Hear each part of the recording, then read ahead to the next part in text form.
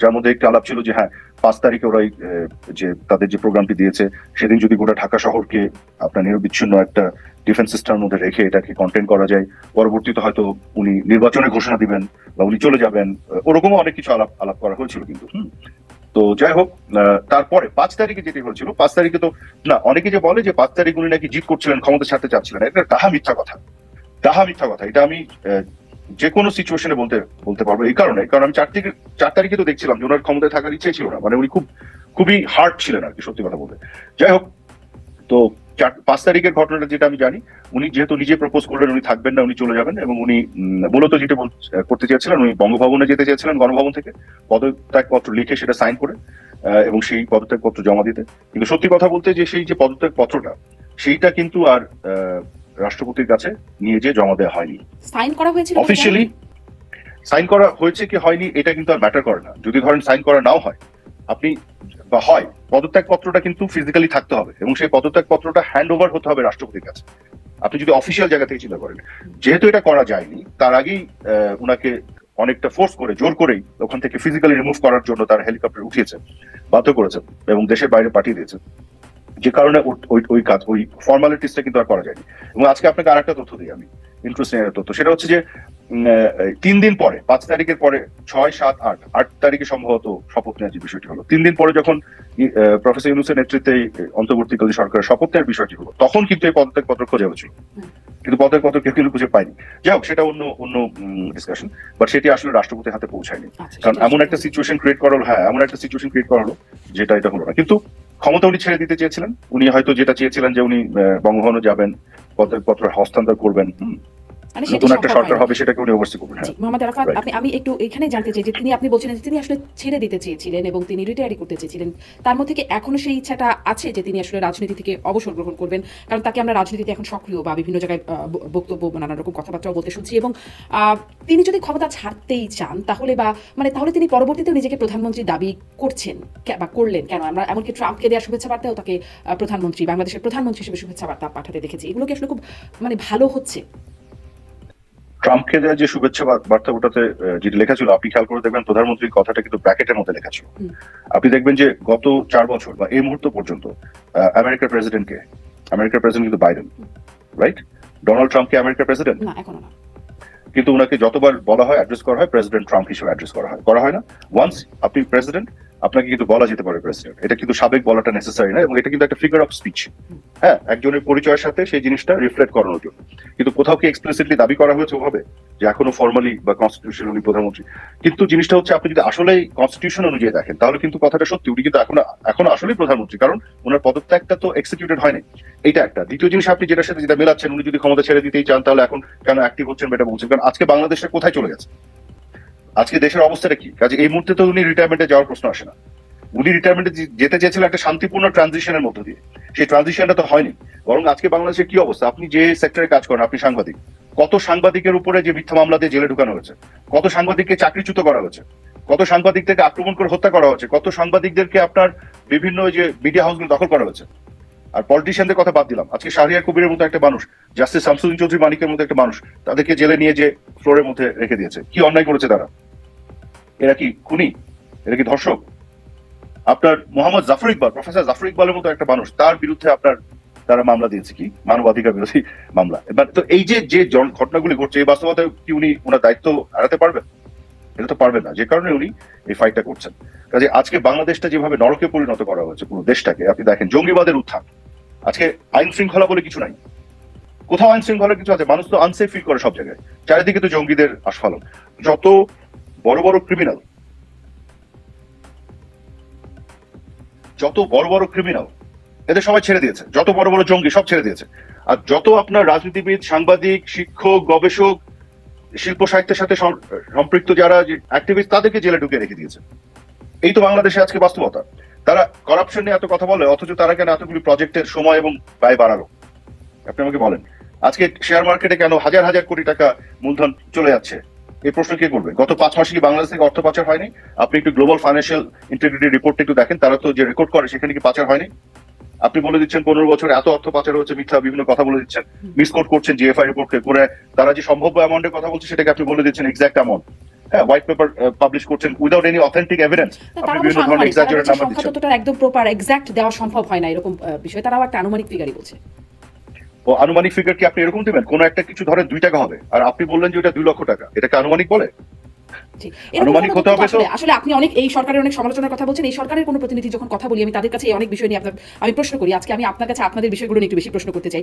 মানে আপনারাও তো আপনাদের সময়কার কত টাকা পাচার হয়েছে, এমনকি কারা কারা পাচার করছেন, এই বিষয়টা আমরা বহুবার বলবার বা জানবার চেষ্টা করেছি, সঠিক তথ্য আমরা পাইনি। তো আপনি কেন সঠিক তথ্য পাবেন না? বাংলাদেশ ব্যাংকের বিভিন্ন সময় তো সেই তথ্যগুলো দেওয়া হচ্ছে। সংসদে দাঁড়িয়ে আমাদের অর্থমন্ত্রী, পররাষ্ট্রমন্ত্রী তারাও তো বিভিন্ন সময় বলেছেন। তারা বলেছেন আপনারা তথ্য দেন কারা পাচার করছে। না, যেটা বলা হয়েছে সেটা হচ্ছে যে টাকা পাচার সংক্রান্ত বিভিন্ন যে বিষয়গুলি, আর যারা ধরেন অলিক বায়বীয় বিভিন্ন দাবি করতো তাদেরকে বলা হতো ঠিক আছে দেন, আপনি যে জিনিসগুলো এক্সিস্ট করে না সেটা যখন আপনি দাবি করবেন তখন তো আপনাকে আমি বলবো ঠিক আছে আপনি তথ্য দেন, আমি অ্যাকশন নিচ্ছি। সেই ক্ষেত্রে সেই প্রসঙ্গে বলা হয়েছিল তথ্য দেন।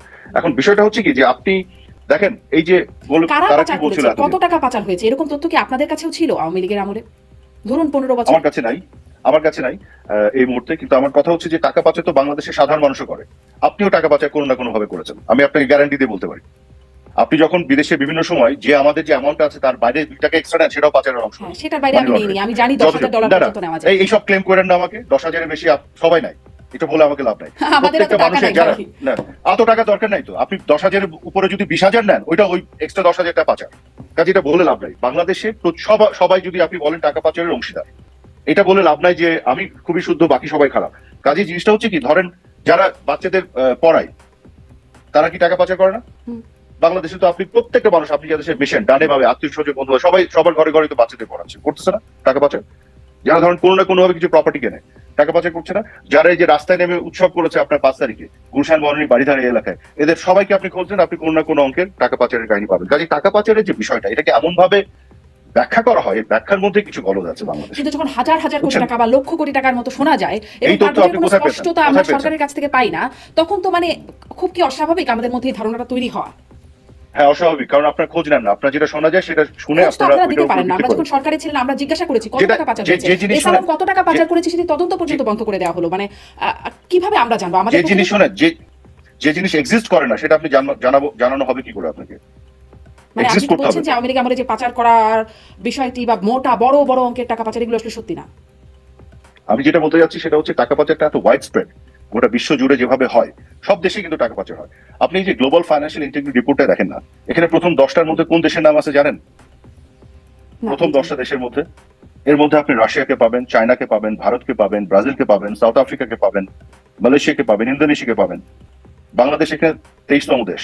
এখন বিষয়টা হচ্ছে এই যে টাকা পাচারের বিষয়গুলি, এটা একটা গ্লোবাল ফেনোমেনা। পৃথিবীর কোনো দেশ কোথাও এমন কোনো ম্যাজিক আবিষ্কার করতে পারেনি যেটা দিয়ে এটাকে আটকাতে পেরেছে। সেইখানে প্রবলেমটা গ্লোবাল, আর আপনি এমন ভাবে আলোচনাটা করেন, আপনি মানে আপনি না শারমিন, আমি ওভারঅল বলছি, জানো এটা একটা ইউনিক প্রবলেম শুধু বাংলাদেশের, আর শুধু শেখ হাসিনার আওয়ামী লীগ সরকার এটাকে ঠেকাতে পারেনি। তাহলে আর তারিখের সবাই ফেরত আনা নিয়ে আপনারা এত সব কাহিনী কেন বলছি? তাহলে কেন বলছি? ইস্যুটা হচ্ছে যে গ্লোবালি যে এই যে প্রবলেমটা যেটা সবাই ফেস করছে সেটা আমরা ফেস করেছি। তারেক রহমানেরটা নিয়ে কেন এত কথা বলি? কারণ রাজনীতির সর্বোচ্চ শিখরে থেকে আপনি যদি টাকা পাচার করেন then it is a very important issue. সেটা আপনি প্রমাণ করেন। আমি তো দাবি করছি আওয়ামী লীগের কেউ টাকা পাচার করেনি, আওয়ামী লীগের রাজনীতির সাথে সম্পৃক্ত কেউ টাকা পাচার করে না। যদি করে আপনি প্রমাণ করে দেন, করে তাকে শাস্তি আওতায় আনেন, টাকা ফেরত নিয়ে আসেন, আমি তখন বলবো যে হ্যাঁ তাকে সাজা দেন, তাই না? কিন্তু এত ভেগলি এগুলো নিয়ে ডিসকাস করা যে হয়। আপনি আমাকে বলেন টাকা পাচার করেছেন সেই বিষয়ে কি আপনাদের কাছে তথ্য আছে? ছিল? আমার কাছে নাই, আমার কাছে নাই। এগুলো নিয়ে শুনি, কোনো এভিডেন্স আমি পেলাম না কারো কাছে। কখন কেউ আমাকে তথ্যপত্র এবং প্রমাণ সহ দিতে পারলো না যে এত টাকা লন্ডার্ড হয়েছে, পাচার হয়েছে। যেমন পিকে হালদার, এই প্রশ্ন আমি বহুবার করেছি, কত টাকা পাচার করেছেন, আমি ঠিক এক্সাক্ট তথ্য কখনোই পাইনি, কিন্তু পিকে হালদার আমিও পাচ্ছি না এক্স্যাক্টলি। কিন্তু এক্সাক্ট তথ্য এভিডেন্স সহ কেউ দিতে পারে না। সব বায়োবিও কথা যারা থাকবেন তাদের তো এই এভিডেন্সটা দেবার কথা। পাচার যে করেছে সেটা নিশ্চিত, তার বিরুদ্ধে প্রসিডিং হচ্ছে না। আপনি কি করে জানেন নিশ্চিত? প্রসিডিংস হলে নিশ্চিত, প্রমাণ ছাড়া আপনি তো অভিযোগ আসলে তো নিশ্চিত হতে পারেন না। এখন আমার কথা হলো যে আচ্ছা আমরা তো এখন সরকারে নাই, ধরেন আমরা দিতে পারি না, এখন দেখ এখন কি দিতে পারছে? এখনো তো বায়োবিও কথা বলছে। এখন যারা দায়িত্বে আছে ওরা এখন ইন্টারভিউ দিয়ে আগে যে যেমন সুশীল সমাজের পক্ষ থেকে কথা বলতো ওরকম কথা বলছে। Why don't they give us evidence? Evidence দিয়ে কথা বলুক যে এত টাকা এই পদ্ধতিতে বাংলাদেশ থেকে ওই জায়গায় এই লোক নিয়ে গেছে। এটা তো করা সম্ভব। আপনি দরকার যেখানে গেছে সেই দেশের সংস্থার সাথে কথা বলেন। এই প্রশ্নটা আসলে আপনাদের করেছিলাম যে কারা কত টাকা পাচার করছে, কিভাবে নিয়ে যাচ্ছে, ঠিক সঠিক উত্তর আমরা তখনও আসলে ঠিক এরাও তো দিচ্ছে না। যারা অভিযোগ করে আসছে তারা তো দিতে পারছে না। তার মানে আপনার কি মনে হচ্ছে? তার মানে এটা আসলে দিতে, এগুলো নিয়ে যত বড় বাগাড়ম্বর হয় কথা হয় সত্যিকার অর্থে বিষয়টা ওরকম না।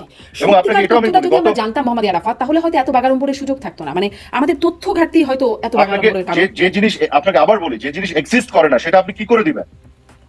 যে জিনিস এক্সিস্ট করে না কিভাবে দিবেন? পৃথিবীর কোন দেশ, আপনি একটা দেশের নাম বলেন না যেটা আপনি বাংলাদেশে আমার কাছে চাচ্ছেন, যে এক্সাক্ট ফিগার দিতে পেরেছে যে এত টাকা এই বছর তাদের ওখান থেকে পাচার হয়েছে। চায়না দিতে পেরেছে, একদলীয় শাসনের একটা দেশ। ভারত দিতে পেরেছে, একটা রিলেটিভলি বেটার ডেমোক্রেসি।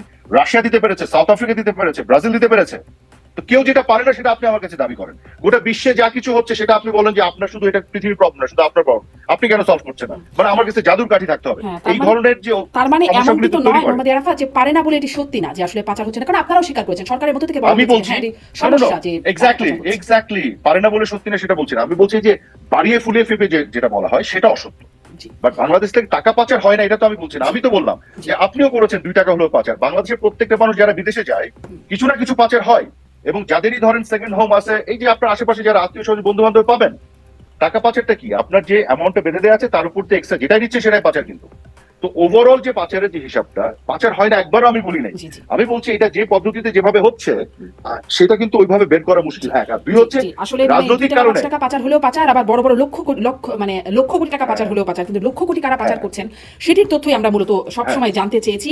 সেটি আমরা তখনও জানতে পারিনি। ওইটা জানতে পারেন না কারণ ওইটা সত্য না, ওইটা এক্সিস্ট করে না। আমি সেটাই বলছি যে যখন 2 টাকা 5 টাকা করে হাজার হাজার লক্ষ লক্ষ লোক পাচার করে ওটা লক্ষ কোটি হয়ে যায় কিন্তু একটা দেশ থেকে। কিন্তু আপনারা যখন ফিঙ্গার পয়েন্ট করেন, এটাকে পলিটিসাইজ করে কিছু লোককে দিয়ে বলতে চান এত লক্ষ কোটি টাকা পাচার করেছে, তখন এটা বের করা যায় না। মালিকানাধীন ইসলামী ব্যাংকগুলো ফাঁকা হয়ে গেল। মানে তথ্য আমরা জানি না সবকিছু বলে এই ঘটনাগুলো হয়নি।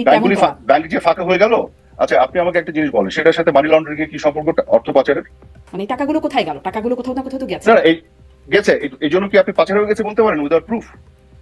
2008 সালে আপনিও তো এটি বলছেন না যে পাচার হয়নি টাকা। হয়তো টাকার অ্যামাউন্ট নিয়ে হয়তো আপনার আলোচনা বা তর্ক বিতর্ক থাকতে পারে। পাচার হয়েছে, পাচার আপনারা ঠেকাতে পারেন নাই এবং সেটা মোটা অঙ্কের টাকা পাচার হয়ে গেছে মানে তখন আপনারাও স্বীকার করেছেন। আমি আপনার কথা বলছি না, আপনাদের মন্ত্রীরা বলেছেন, সরকারের পক্ষ থেকে বলা হয়েছে একটা অন্যতম বড় সমস্যা। আমি যেটা বলছি যে গোটা বাংলাদেশ থেকে বাংলাদেশের সকল মানুষ যারা দেশে বিদেশে যায়, ব্যবসা বাণিজ্য করে, প্রত্যেকেরই এখানে পার্টিসিপেশন আছে অর্থ পাচারে। নিশ্চয়ই। আর এটাকে পলিটিসাইজ করার কোনো সুযোগ নেই। আর এই সব কথাগুলি কিন্তু সেই সংখ্যাটা নিশ্চয়ই এইটাই তো বলছি, এইটাই তো হাজার কোটি লক্ষ কোটি প্রমাণ আপনার কাছে নাই, কিন্তু আপনারা বলতে থাকেন নাই। আমার কাছে প্রমাণ নাই।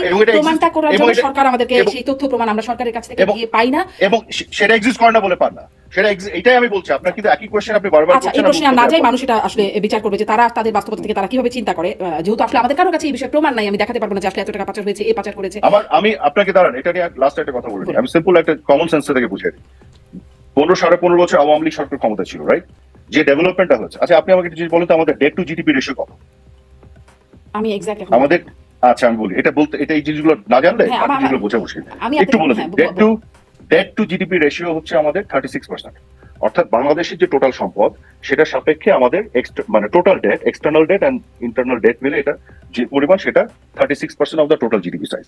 এইটা 15.5 বছর আগে কত ছিল? 15.5 বছর আগে 36 ছিল। তার মানে আমরা কিন্তু মোটেও আমাদের লোন বাড়াইনি।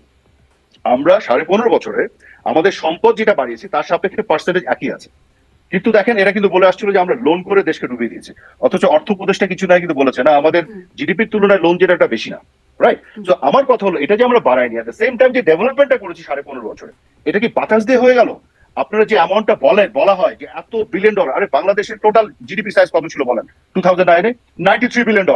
শেখ হাসিনা যখন 5 আগস্টে ক্ষমতা ছেড়ে যায় তখন আমার বাংলাদেশের জিডিপি সাইজ $468 বিলিয়ন। আর আপনি বলছেন 15 বছর নাকি $250 বিলিয়ন পাচার হয়ে গেছে। এটা অ্যাবসার্ড কথা।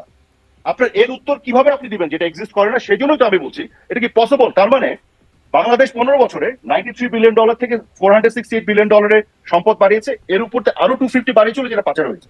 তো এটার উত্তর আপনি কিভাবে দিবেন এইসব অ্যাবসার্ড কথা? তো